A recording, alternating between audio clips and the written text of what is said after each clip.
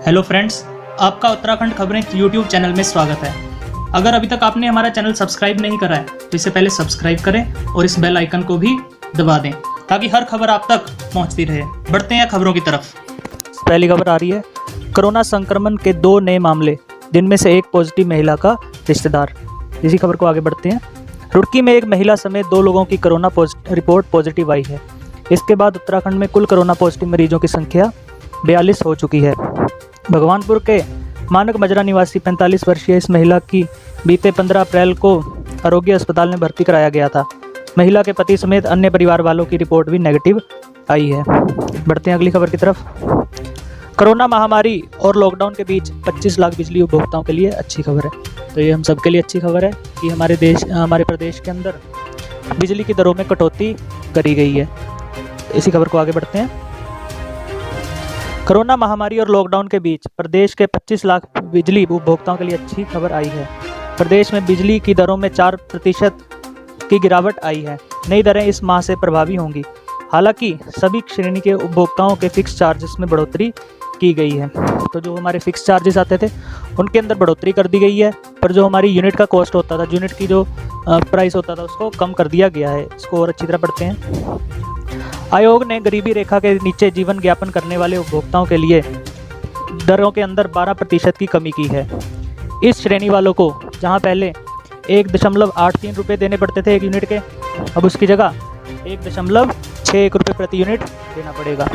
तो ये किन के लिए है? बीपीएल परिवारों के लिए। ये हर किसी के लिए नहीं है, पर उनकी यूनिट में कटौती करी गई है। कितनी? 12%। अगली खबर किसानों के लिए है। किसानों के लिए भी बिजली सस्ती कर दी गई है। जहां उन्हें पहले 2.13 रुपये देने पड़ते थे प्रति यूनिट के लिए, अब उसको कम करके 2.04 प्रति पैसा कर दिया गया है, प्रति यूनिट कर दिया गया है। बढ़ते हैं अगली खबर की तरफ। झमाझम बारिश से तर हुआ देहरादून, बद्रीनाथ, हेमकुंड साहिब में भी हुई बर्फबारी। तो हम कुछ दिनों से सुन रहे हैं कि हमारे प्रदेश के अंदर मौसम बदल रहा है, कुछ जगह पे ओलावृष्टि भी हुई है। इसी तरह कल बारिश हुई थी देहरादून, बद्रीनाथ और हेमकुंड साहिब में। इसी खबर को और अच्छी तरह समझते हैं। चमोली जिले में शनिवार को बद्रीनाथ धाम, हेमकुंड साहिब, रुद्रनाथ, लालमाटी सहित ऊंचाई वाले क्षेत्रों में बर्फबारी हुई, जबकि निचले क्षेत्रों में बारिश हुई, जिससे मौसम ठंडक भरा हो गया है। तड़के भी करीब 1 घंटे बारिश हुई। बर्फबारी में बद्री धाम से यात्रा तैयारियां भी प्रभावित हुई है। तो इसमें क्या है कि बद्रीनाथ के अंदर जो हमारे यात्रा शुरू होनी थी उसके अंदर उसको भी समस्याएं पैदा हुई हैं। और हमारा जो पिथौरागढ़ घाट नेशनल हाईवे है वो भी बंद हो गया है। इसके कारण क्या है? सब्जियां, दूध और राशन लेकर फंसे जो ट्रक आ रहे थे वो भी वहाँ पे फंस गए हैं। सरकार ने अब प्रशासन लगा दिया है, वहाँ पे जेसीबी और पोकलैंड से काम किया जा रहा है ताकि मलबा हटाया जा सके। बढ़ते हैं अगली खबर की तरफ। रद्द हुई, ये हमारी 4 धाम यात्रा है, रद्द हुई 1.25 करोड़ की बुकिंग। तो सरकार ने यात्रियों को दी ये खास सुविधा। तो जो हमारी 4 धाम यात्रा शुरू होनी थी तो उसके अंदर काफ़ी लोग अपनी क्या है बुकिंग कैंसिल करवा रहे हैं। इसी खबर को और आगे पढ़ते हैं। कोरोना संक्रमण के कारण गढ़वाल मंडल विकास निगम को 4 धाम यात्रा के लिए मिली बुकिंग में 1 करोड़ 25 लाख की बुकिंग अभी तक रद्द हो चुकी है। GMBN के यात्रा कार्यालय को बुकिंग रद्द करने के लिए अभी तक 2000 ईमेल मिल चुके हैं। साथ ही प्रतिदिन सैकड़ों कॉल आ रहे हैं। तो उनको कितना नुकसान हुआ है अभी तक? 1 करोड़ 25 लाख का। यहाँ इतनी बुकिंग उनकी कैंसिल हो चुकी है और मेल्स भी आ रहे हैं।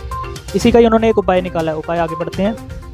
इस नुकसान की भरपाई के लिए यात्रियों से बुकिंग रद्द नहीं करने की अपील भी की जा रही है। ऐसे में GMBN ने यात्रियों को सुविधा दी है कि वह अपने बुकिंग को अगले 2 वर्ष के समय अनुसार उपयोग कर सकते हैं। 26 अप्रैल को अक्षय तृतीया पर गंगोत्री एवं यमुनोत्री धाम के कपाट खुल रहे हैं।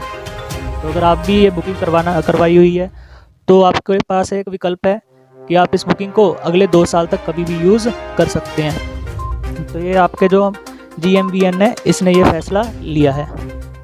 बढ़ते हैं अगली खबर की तरफ। देहरादून में लॉकडाउन के उल्लंघन में 24 घंटों के अंदर 26 लोग गिरफ्तार, कई दुकानदार भी शामिल। ये वो लोग हैं जिन्होंने लॉकडाउन तोड़ने की कोशिश करी और सोशल डिस्टेंसिंग की धज्जियां उड़ाई। इसी खबर को और अच्छी तरह पढ़ते हैं। लॉकडाउन के उल्लंघन में 24 घंटे में देहरादून जिले में पुलिस ने 26 लोगों को गिरफ्तार किया।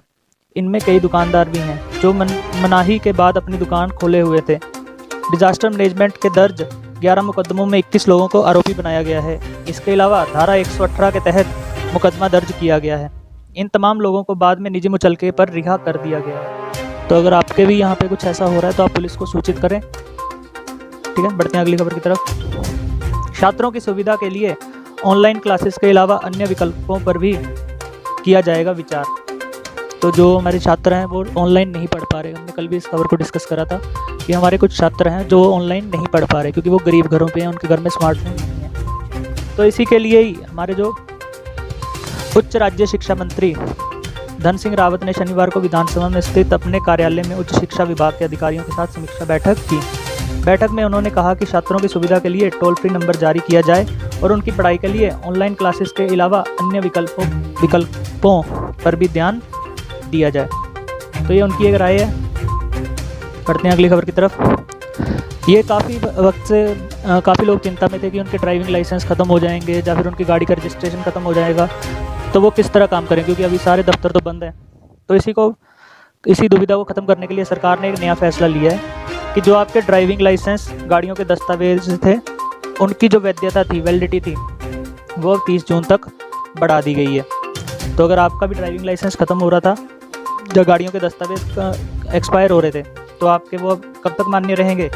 30 जून तक। इसी खबर को आगे पढ़ते हैं।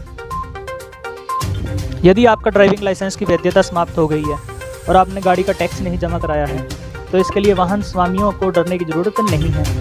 कारण है कि केंद्रीय सड़क परिवहन एवं राजमार्ग मंत्रालय की पहल पर अमल करते हुए राज्य सरकार ने 30 जून तक के लिए मोहलत दे दी है। तो आप कब तक अपना कर सकते हैं? 30 जून तक अपना ड्राइविंग वगैरह लाइसेंस वगैरह उसी से, पुराने ड्राइविंग लाइसेंस से ही गाड़ी वगैरह चला सकते हैं। अगर आपको ये वीडियो हमारा अच्छा लगा तो इस चैनल को सब्सक्राइब करें, लाइक करें, शेयर करें और कमेंट करें, और सब्सक्राइब करना तो बिल्कुल भी ना भूलें। धन्यवाद।